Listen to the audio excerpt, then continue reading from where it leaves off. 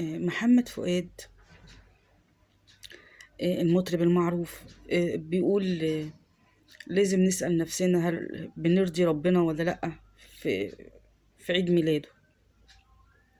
وأنا عايزة أقولك ما ينشي الأوان بقى إنك تعتزل الغنى؟ مش كفاية؟ كبرت وبقيت 64 ولا 65؟ مش كفاية؟ الغنى حرام، حرام. لو قابلت ربنا وانت بتغني أنا مش عارفة هيكون إيه حالك مع الله بقى وقتها. آه، اعتزل والتجئ إلى الله بقى. يعني اللي جاي يعني قليل، أكيد مش قد ولا نص اللي راح. اعتزل واستغفر ربك وتوب وقر واعترف قدام ربك ما بين ايديه وانت بتصلي كده ساجد لربك انك كنت على غلط وعلى باطل، بس كانت الدنيا واخداك. وقول له توبة يا رب، سامحني يا رب، هيقبلك. ده كريم قوي وعظيم قوي ورحيم قوي. والله أنا لك ناصح أمين. انتوا عارفين، وأنا صغيرة كان محمد فؤاد ده بالنسبة لي يعني العشق بتاعي. كنت بحب حب جنون، استغفر الله العظيم، جنون. كنت عيلة صغيرة في إعدادي وكانت أمي الله يرحمها تتحرك معايا واتخانق معاها وادخل معاها في خناق.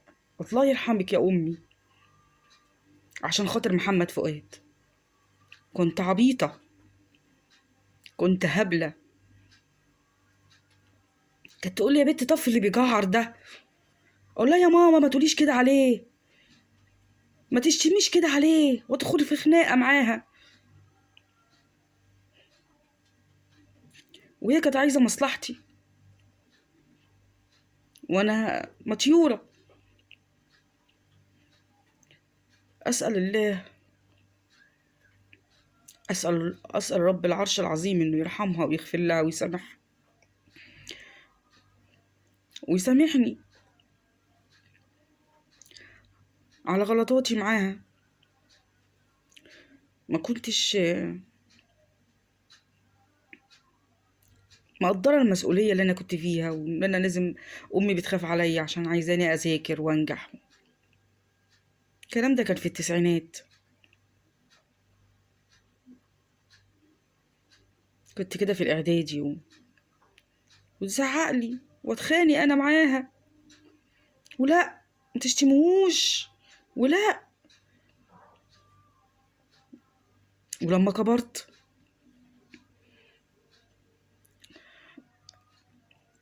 أنبت نفسي كتير قوي وقلت إيه اللي أنا كنت بقول. هي ماتت برضو في التوقيت ده، ما طولتش كتير يعني. أنا بترجاكم تترحموا عليها في التعليقات من فضلكم يعني. فأنا يعني بكلمك كنصيحة، إنك يعني البني آدم لما بيبقى شغال في شركة أو موظف أو بيقعد بيطلع المعاش على 60، بيبقى كبر بقى ومفيش مطرب عاطفي بيبقى سنه كبير يعني، خلاص بقى بيبقى راجل كبير بقى مسن بقى. فانجب نفسك، انجب نفسك، اطلب المغفرة والسماح من ربك هيتقبلك إن شاء الله.